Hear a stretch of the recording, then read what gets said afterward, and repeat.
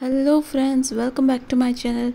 आज आम बनईचु आंब खटा। सो आंब खटा खाइबापी आंब अणाई आम गाँ मंदिर। तो आपण मो पूर्व वीडियो तो देखी से मंदिर में केमती आंब गछ गोटे होता। तो से आंब गच्छरू आम तोड़ी आंब आंब पूरा भर्ती भर्ती होता ये वर्ष पूरा। तो आंब को तोड़िकी आनीदेलु। आंब आणला आंब टी कषि तो भाविलु कि आंब खटा टी बनई देऊ। तो देखंतु आंब आउ जो कंचा आंब गुड़ाक जहाँ बास्ना होतला वाह आ बनैला पर तो जहाँ टेस्टी लगिला। तो बनैबा प्रणाली होची तेल टिके पकई देबे, सेथिरे टिके नै जिबे सुखिला लंका को टिके खंड करिके पकई देबे, तापर सेथिरे पंच फुटण पकई देबे। आउ तापरे आंब को फड़ा फड़ा काटिकी सेटा को भल से सफा कर देबे।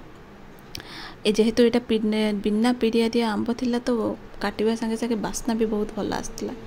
तो तापरे से तेल रे टिके देदेबे मृसुंगा पत्र आ कटा होइतिबा आंब को सेथिरे पकई देबे।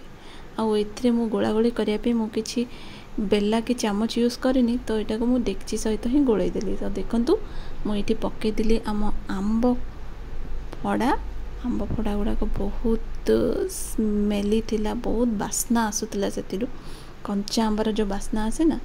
तो यहाँ थिला बाईगण पुली आंबटा। तो आप देखो ए सब पकईकी आम घंटा घंटी करदेली। आप देखिपे से पकईदेली मु हलदी गुंड। तो हलदी गुंडा पड़ला आम आप पकईदे स्वाद अनुसार टिके लुण पकईदे। आउ लुणटा जमती पड़ो से गोला गोली करदे। तापर पकईदे गुड़।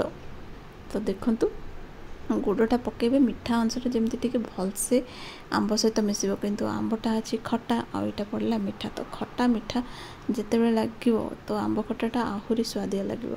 तो गुड़टा पकेदेबे। गुड़टा पकेला परे सेटा को भलसे घांटी देबे। एमती भी घांटी पारंती, आपण बेला भी यूज कर पारंती। घांटीला परे गुड़टा ना मेल्ट हो जाए। तो तापरे आपण पकेदेबे टिके मर्च गुंड, जेहेतु टिके रागटा आसीबो। तो मर्च सुखिला मर्च तो पड़े, मर्च गुंडा पड़े टे खिलिकी आपणकर आसो। ता उपरे बसई देबे गरम पानी। टिके गरम होला परे से गरम पानीटा को पुणी आउथे सेतिरे मिसई देबे। तो पानी टिके सुखी जइतिबो सेतिरे। एमती करिवे दिथर। ता उपरे जीराटा को ग्राइंडिंग करिके सेतिरे पके देबे। तापर आउ टिके गरम पानी जदि दरकार पके, नहले मते मते टिके सुखी जाइतला मु सेति आउथरे पके देली। तो आंब खटा इठी बनिकी प्रस्तुत हो जाइए। आ देखंतु केते टेस्टी और सुंदर देखा जाउची। मु तो आंब खटा मते बहुत पसंद। तो मु सबु खाइबारे कंसाई लेके खाइदे जदि आंब खटा थिबो ताले। तो आपण भी एमती इजी रे बनांतु आंब खटा। आ निश्चय घर फैमिली सहित शेयर करंतु, खांतु, मजा नियंतु। Thank you. Do like, share and subscribe.